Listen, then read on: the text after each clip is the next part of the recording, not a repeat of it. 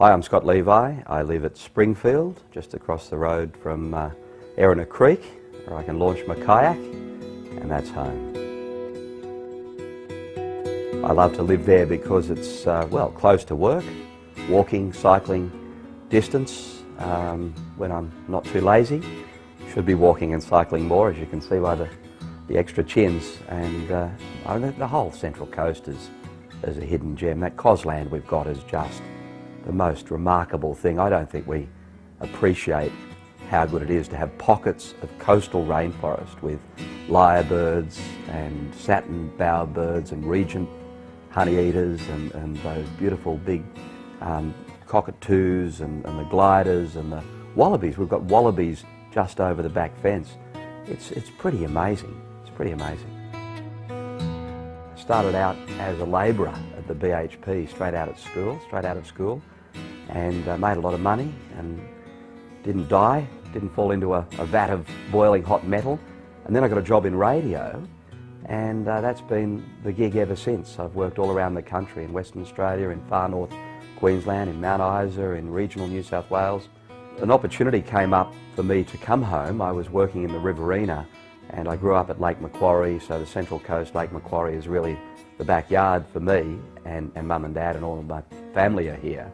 And they started a new station. They saw that there was a need. There were 320,000 people here who didn't have their own regional radio station. It's just as the Central Coast discovered its true regional identity. And they said, well, that's a bit of an anomaly that they don't have a local ABC. And so I put my hand up, and I was very, very lucky to get the job, and I've been here for 8 years, and they'll take me out in a coffin, I reckon. I just love it. We've got a lot of social issues here on the coast that people are really striving to deal with and to elevate all, give everyone a fair go. And it's a really interesting place. There's never a day where something doesn't fall into our lap from the audience, from our listeners, or from the community that's not a really great story. So it's that sense of discovery. You don't know what's going to happen day to day. You don't know what's going to be the news, whether it's a newsy story with it's just a never-ending kaleidoscope of different stories. So it's a really interesting gig.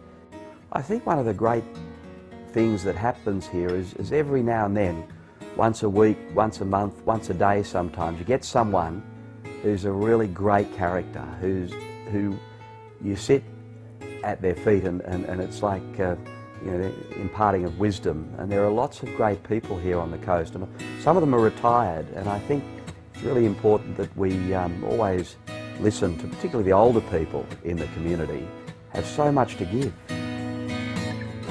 The changing environment of the broadcasting and publishing world, I think, gives more opportunity for localised media, because as it contracts, as we have more of these big city news hubs that are disseminating less and less local news, I think local papers like our Express Advocate, I think local radio, I think local ABC will have more of an opportunity rather than less, because it's one thing that they won't be doing is focusing on the grassroots local level. And I can see it elevating smaller papers as the Sydney Morning Herald is diminished and the Newcastle Herald is diminished, sadly, because people won't have any sources of local news. And I think that's our niche. I think we're quite, but we need to also expand online to capture that as well, because people will want that local news, and it's always important, and there'll be less of it. So we're already cross-media reporters, content makers we're called now. So the changes are to be embraced, I think. I feel very sorry for those people in print media who've lost their jobs. Hopefully something can come up online for them. If I could inspire the local community to be one thing, I'd inspire them to be more parochial. We're not Sydney, we're not Newcastle. We had the census come out the other day, where we're seen now as a standalone region, the Central Coast.